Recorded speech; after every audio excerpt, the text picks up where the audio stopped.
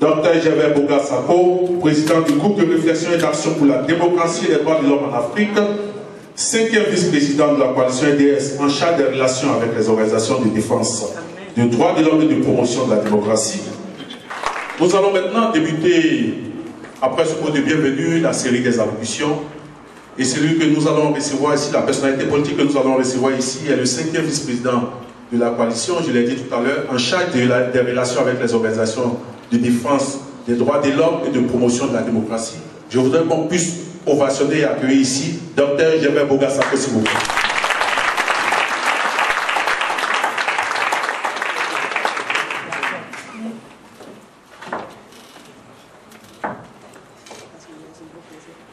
Monsieur le Président de Ensemble pour la démocratie et la souveraineté,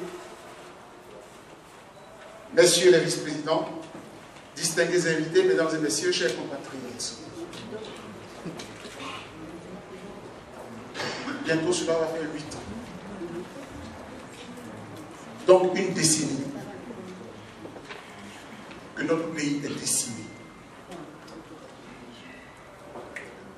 Cette rencontre est déterminante. Parce que pendant 10 ans, au moins, nous cherchons des voies et moyens de sortir notre nation de cette GR. Il me semble aujourd'hui de dire 2 choses. La première, c'est que l'heure du sursaut national a sonné aujourd'hui.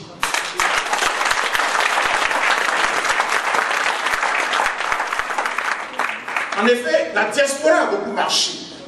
Monsieur le Président, j'en suis témoin, exilé que je suis. Nous avons beaucoup parlé. Agissons maintenant.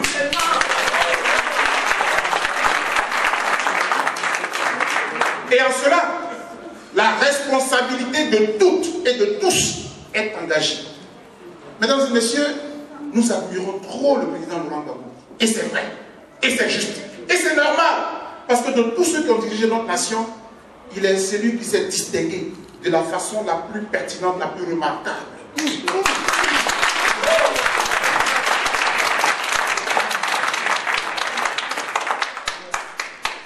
Au moins, si Laurent Gbagbo a vécu pour la Côte d'Ivoire, il faut qu'en chacun de nous gise Laurent Gbagbo. Donc le sursaut auquel nous nous appelons, c'est celui dans lequel chacun de nous va s'engager désormais. Parce que, ensemble pour la démocratie et la souveraineté, EDS, ce n'est pas EDS qui va sauver la Côte d'Ivoire, c'est vous, c'est elle, c'est lui, c'est nous tous qui allons faire de EDS un instrument puissant qui va faire trembler sur Ouattara bientôt. Lorsque j'ai fini de dire cela, parce que l'orateur que nous tous on est venus entendre aujourd'hui, il est là. Lorsque j'ai fini de dire cela, je voudrais m'adresser au président. Monsieur le président de EDS, vous êtes très bien placé pour savoir que pendant ces 10 années, nous avons beaucoup tangué.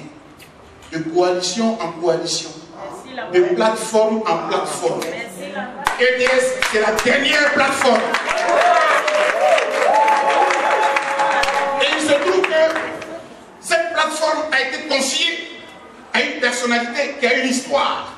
Je sais que son directeur de cabinet est là, il le présentera, mais le peu qu'on sache, c'est que ce monsieur a eu la confiance du président Laurent Gbagbo, parce que nous nous référons à lui. Et il a connu aussi la prison. Ce n'est pas un grade, mais c'est le président Laurent Gbagbo même qui disait un bon politicien, c'est celui qui est passé un peu par la prison.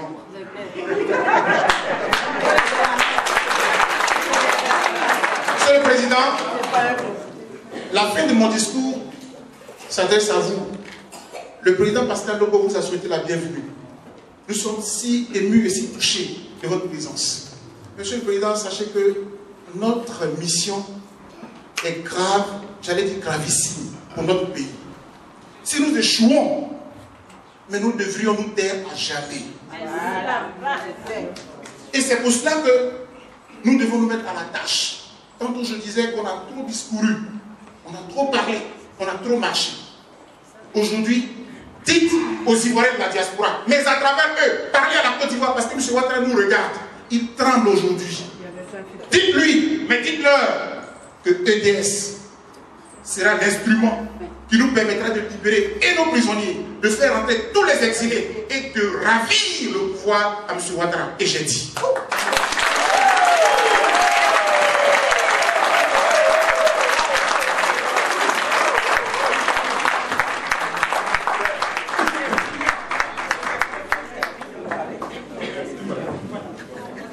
Merci au Dr Boga Sako, qui, je rappelle, est le 5e vice-président de la coalition EDS en charge des relations avec les organisations de défense des droits de l'homme et de promotion de la démocratie.